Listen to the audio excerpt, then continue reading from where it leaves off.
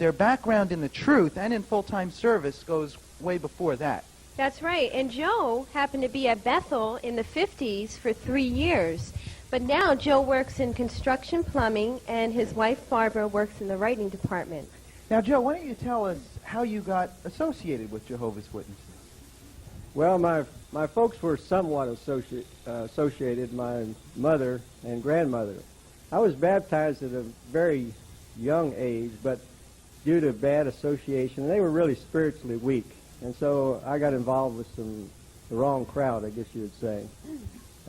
I remember on one occasion that I went to the book study that evening, and my buddies were out riding around, and they got shot pretty bad with buckshot through the back window, and I wound up in the hospital.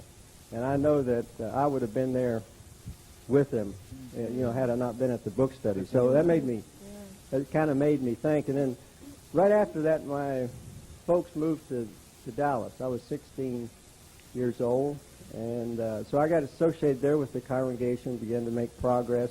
And then when I graduated from school, I started to pioneering. And at this time, the war was raging, the Korean War, or was it the Civil War? Can't remember which. But the congregation servant that we were associated in the same congregation with was John Gibbard, who is here at Bethel, and his wife Marie. He was really a big help to me. He literally wrote, it seemed like hundreds of letters to help me. In fact, on one occasion, we had to go to the draft board, and he said, well, I'll go down with you. And there's 6 guys that we faced, one at a time. And they told me that, he says, why don't we give him 2 or 3 years in jail and let him think it over as to what he wants to do. Well, they did almost the same thing to John. In fact, they thought he was going to go to jail too, but he was just there to help you out. That's right. And Marie was a big help too, because I was just getting started in the pioneer work, so she was giving me some of her return visits. I remember the one that she gave me, a magazine placement. Went to the door and knocked, nobody came. I saw the window kind of open a little bit, and saw a lady behind there, and she yelled out, she says, you can take that tower and go sit on it and watch. Well, needless to say, I started making my own return visits. I didn't call on her. But I had a lot of nice privileges at a young age. The circuit overseer had sent me up to Oklahoma to help out in a little congregation, and really enjoyed that. I worked many times by myself, 8-10 hours out in the field service. People were very friendly, and like showed in the skit, they'd invite you to eat.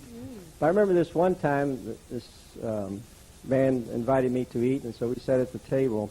And as we were sitting down, he said, there's one group of people that I hate. He says, that's Jehovah's Witnesses. Uh-oh. And about in the same breath, he says, Reverend, would you offer prayer? What did you do, Joe? Well, I went ahead and said the prayer, so he'd know surely who I was. I wish we'd have had prayer after the meal, but he turned out to be pretty nice. It was kind of like the Scott and Steve. They really didn't understand what we believed, and he wound up taking a subscription to the Watchtower and turned into a nice call. Well, a little bit after that, I went back to Dallas and kept on pioneering and turned in an application to come to Bethel, and so in 1956 I came. Wow.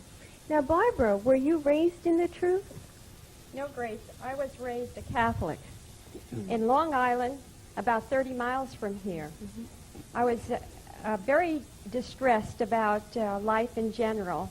When I was 14 years old, I came to the conclusion that when you were successful, it was because you were dishonest. When you got old or wealthy and satisfied, you died. So I felt, what futility. And I used to ask my mother questions about the reason for life. It distressed her because she could give me no answers as a Catholic. 2 weeks after my last question period with my mother, I was at my girlfriend's house, and a sister came by, and the lady of the house asked me to get rid of her. So I went to the door and told her that the lady of the house was busy. Well, the sister, and I didn't know who Jehovah's Witnesses were, but the sister was a wise sister. And just because I was a kid, she didn't dismiss me, just didn't walk away. She said, asked me questions about the Catholic Church and about my own feelings. Well, we discussed the Bible for 1.5 hours, much to the anger of my girlfriend and her mother. Well, I begged her to come to my house. I said, even though I'm a kid, it's okay with my mom. I know it will be all right. Come anyway. Well, she came, and we set up a Bible study. My mom sat in, and we had our first Bible study, which lasted 4 hours. Wow. And they kept on going like that. And in 3 months, we were out in field service. In 6 months, we were baptized. Wow. It was the beginning of a wonderful life for me. I was never unhappy again. It was about this time that my family moved to Miami, Florida. And another adventure opened up. Now, Joe, around this time is when you were at Bethel in the 50s. So what was going on in your life? Because this will help us see how you and Barbara got together. Well, I was working in the press room, really enjoying Bethel and the congregation here. And my mother and father had moved back to Long Island, where they'd lived before. And so occasionally I got to visit with him, and she would call. This one time she called, and she said, I have a blonde I want you to meet. Uh-oh. And I said, Mother, I am not interested in a blonde. But we went out, but anyway, about... I think I've hit a nerve here. So. You know you're beautiful when you're angry, you know. They say. I won't get you anywhere. Let me defend myself. When I was in Miami, when the announcement came about the convention in 1958, Yankee Stadium and the Polo Grounds, I came up to work in the Adams Street factory as a commuter from Long Island, and I worked in the rooming department. Wow. Were you one of the first commuters? No, not one of the first commuters, Grace. Doesn't go No, back that far. no, there were more. There were some before me. But I was in the same congregation as his mother. I didn't even know she had a son in Bethel. I didn't know she thought we'd be a good match. She invited me to her house for a get-together. And anyway, they were dancing. We could dance, but, you know, it was... Go ahead. So Joe avoided me because he knew what his mother had on her mind. So he asked every girl in the room to tango, and not one of them knew how. So they said they couldn't tango. And when he got up to me, the last sister, I knew how to tango. And so we tangoed. And you know the crossover For 31 step. years we've been tangoing. You know, they do a crossover step. Anyway, he hit my shoe with his foot, and he broke my shoe. But I fixed his wagon. He's been buying my shoes ever since, and I love shoes. Well, what I can... And I can say, well, Mother knew best, I guess, since we've been married so long. But if they had a little disagreement among themselves, my mother would come to me about it. I said, you know, don't look at me. You're the one that picked her. So I was able to get out of that one good. Tell us some of your experiences, Barbara. Well, while we were engaged, I went back to Florida, to West Palm Beach, where my parents lived. And my assignment was to work and pioneer in Palm Beach, Florida. It was a fascinating territory, a territory of the rich and famous. Many, many fine experiences were had there. One of the first persons to ever come into truth in Palm Beach was a woman I studied with who lived in a big mansion on the ocean. She's a witness to this day, and she was she keeps up with us. She writes us even. She's in her 80s now.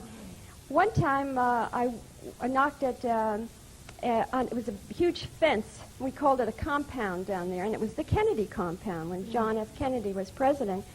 And usually you couldn't get any answer at those places, but somebody opened the door, invited me in, and I placed literature with the Kennedys. Wow. Never could find them again at home. Oh.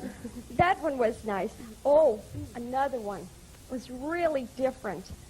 I introduced myself, and the man said to me, come in.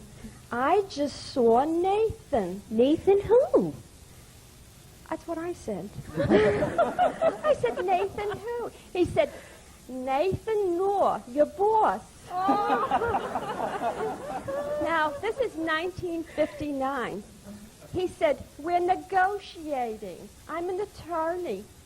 They want to buy the Squibb building. 1959, 10 years before they bought it. They were negotiating, and I found out. Yeah, I called Joe. So you and Joe and Brother Noor and a worldly lawyer were the 4 people that knew about it. What do you know about now? It's confidential. Oh, okay.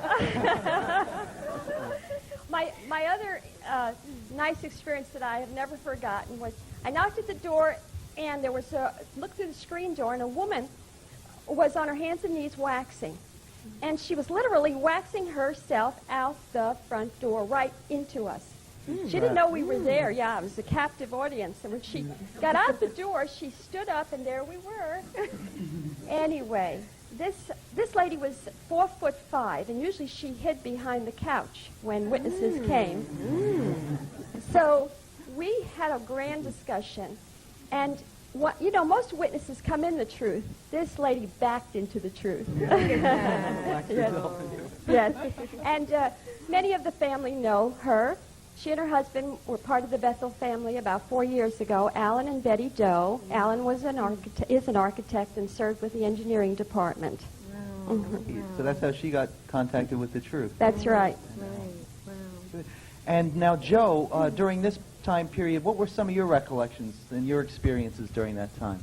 Well, we were really busy in the congregation. We were pioneering, and I was a congregation servant, as they called it then. I remember when I had started back to pioneering, and on the first day we went out in service, we met a man, and he came into the truth, serving Jehovah. So we were very grateful for that. That was wonderful for us to remember. Another one was a man that I had studied with. I found out he was opposed.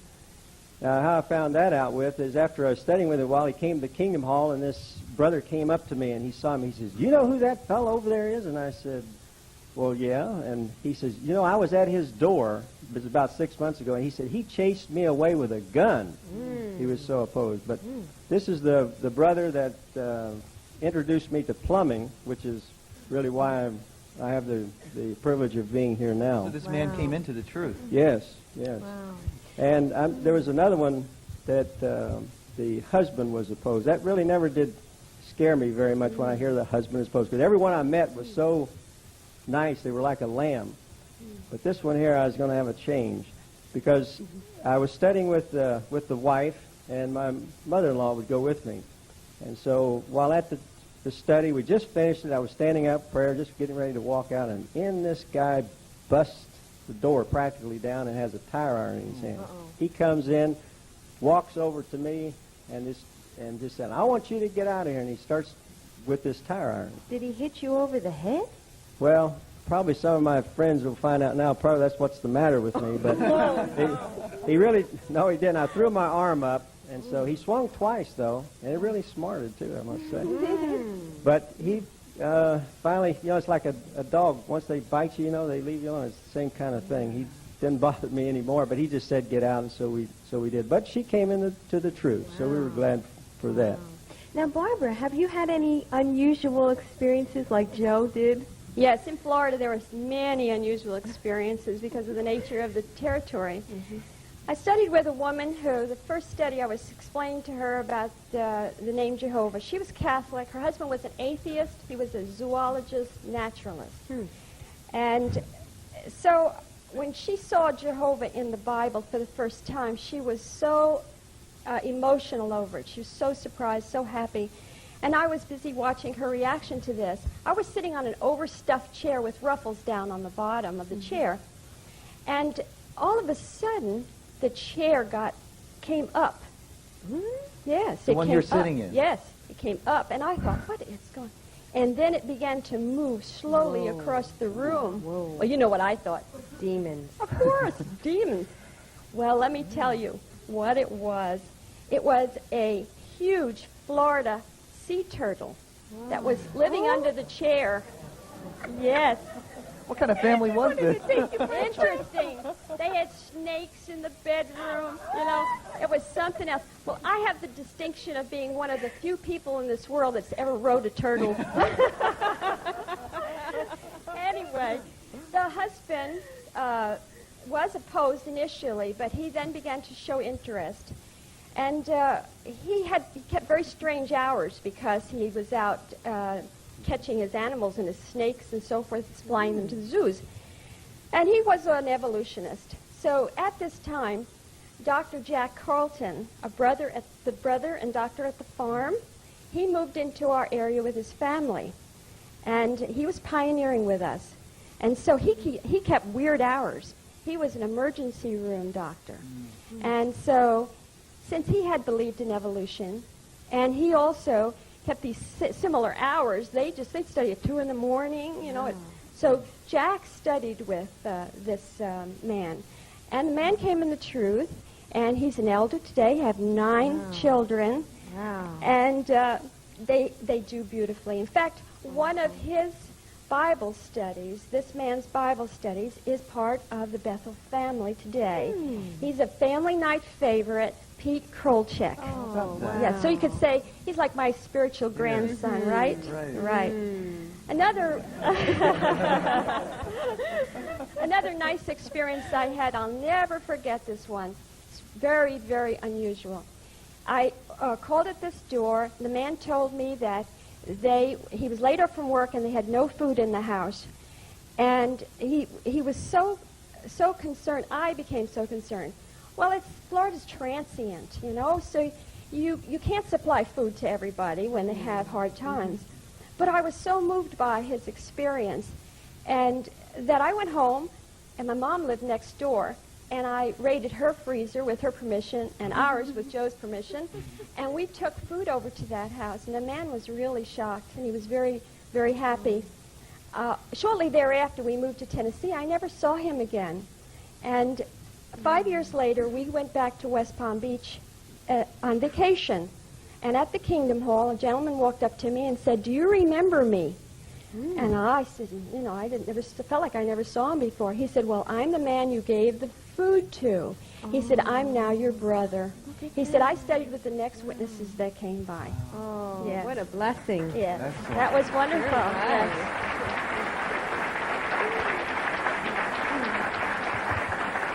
Well, for me, one of the fabulous experiences of my life is being here at Bethel now. At an age where most women are putting their feet up, I'm going at high speed most of the time. I even pass the young ones, you know. I'm always running, it seems like. And it's such a wonderful life to me, and I'm so glad to be part of the Bethel family. But you asked for unusual experiences. Well, let me tell you now, my best, only once though, one experience like this for me. When I was married 2 years, I became ill. And there was a brother in our congregation that knew something about medicine, or he thought he did. And he said to me, because I didn't show up in service, I was sick. And he said, "Barbara, tell me your symptoms." So I told him my symptoms. He said, "You have worms." Yes, worms. He said, "Everybody in Florida gets worms at one time or another." Look at that. Yeah. Yeah, I was sick. 8 months later, I gave birth to one long 22-inch squirming worm that we named Lance. Yes. Come on up, Lance. There he is.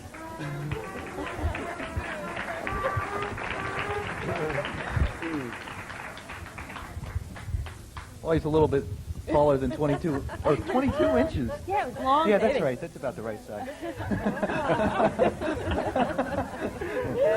So, Lance, now, in the time period that Joe and Barbara were talking to us about, through a lot of their experiences, you were growing up. So we're interested in finding out, what was it like for you growing up in the truth? What were some of your early experiences?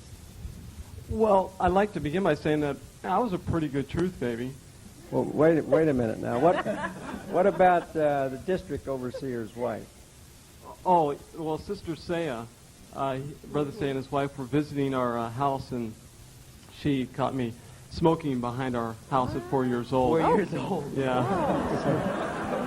Okay. Something else was smoking when I finished with it.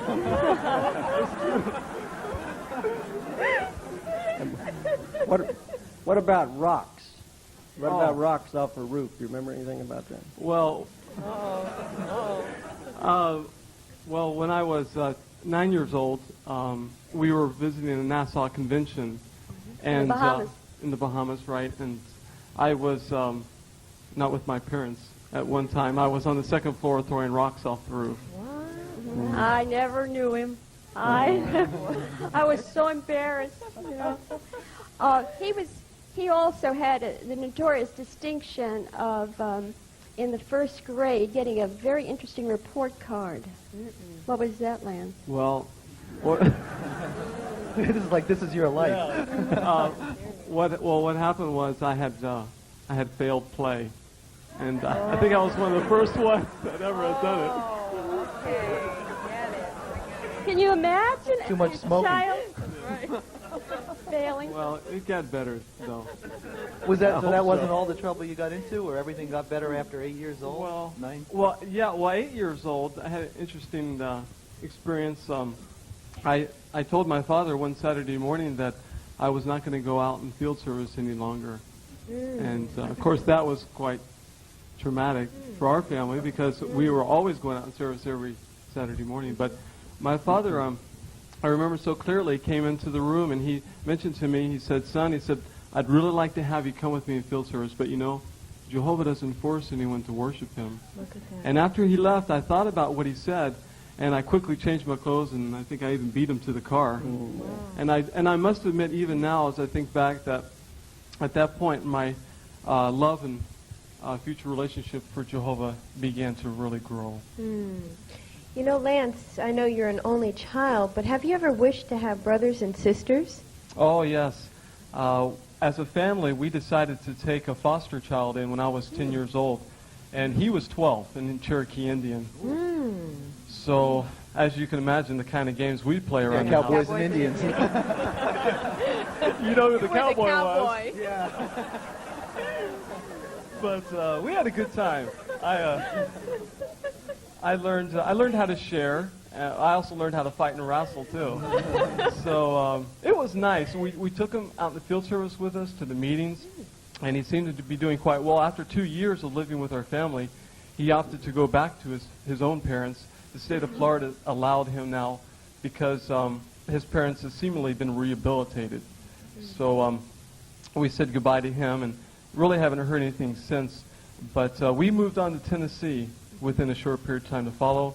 And that's where I really enjoyed the farm life and coming from a bigger area in Florida. And I enjoyed also school there because being a Bible Belt, I got to get in some class discussions about evolution and hellfire along with other witnesses. Like debates, things like that. Right. There were 32 witnesses that moved from Florida. And some of them are former Bible studies, and so some of the kids were in school with him, witness kids. In the mountains we lived. So a whole group moved Yes. from Isn't that Palm Beach to... Yeah, over a period of time, not all at Yeah. once. Though. A few months. Yeah. By my mid-teens, I really began to see the futility in life and the need to be in the truth. At 16, I decided to get baptized, and then I set my goals of pioneering in Bethel service. Because it was always a dream of mine to go to Bethel someday. After graduating, I began to pioneer with a brother who is here at Bethel now, my pioneer partner, Brian Marler. And I remember going with an older brother on this one return visit. And he, when we knocked at this man's door, this man came out and told Brother Danzy, "I have special powers today." And of course, we all looked at one another. What does this mean? And he said, "Well, what I mean by that is I was with some others last night," and he said, "I had the power to take a man and throw him across the room." Of course, I looked at Brother Danzy, and we both thought of the demons. That wasn't a turtle. No, Not this time. So Brother Danzy spoke right up, and he said, "You can't do that to Jehovah's people because Jehovah protects his people." And he says, "In fact, just try putting the hex on this young man right here." No. my eyes got big. I mean, I was only 17 and just getting started and thinking, well, my Bethel service is out now, you know.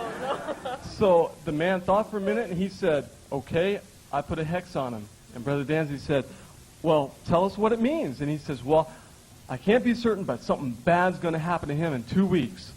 So after leaving that call, I was quite anxious, you can imagine. And after going home, praying to Jehovah, talking to my parents about it, I had just completely forgotten. 2 weeks later to the day, Brother Danzy took me back to this man as a testimony of the fact. And the man came out the front door, and he looked at us, and he goes, you won't believe what happened. He goes, but the past 2 weeks, I've never had so many problems in my life. Look at that. He said, that Don't God back of yours, on Jehovah, him. must be very powerful. Look at that. So, and again, I really began to appreciate the power of Jehovah, and the organization really began to grow within me. So, and those were nice experiences. But now, Brian and I, within a year and a half, were accepted to Bethel, and where we roomed together, and until he got married. Wow. In fact, his brother is here too. In fact, from our little congregation of 70, we have 7 at Bethel now. Wow. Yeah. Wow, that's very nice. Now, Lance, tell me, how have you been able to stay single since you've been at Bethel? Maybe it was the hex. Sorry, Lance. I was going to say, well, it's not my choice, I assure you. Well, I've been interested in a few sisters over the years, but it became apparent after a while that, you know, our goals were different. One sister in particular, after courting for a year and being engaged for 2 days, she called it off. I'm sorry, she called off her regular pioneering, and she told me she didn't want to get involved in any more theocratic goals. And of course, I was shocked, and I asked her, well, why? And she said, well, I didn't want to tell you before the engagement because I thought I would lose you. So it really hurt and was quite a shock.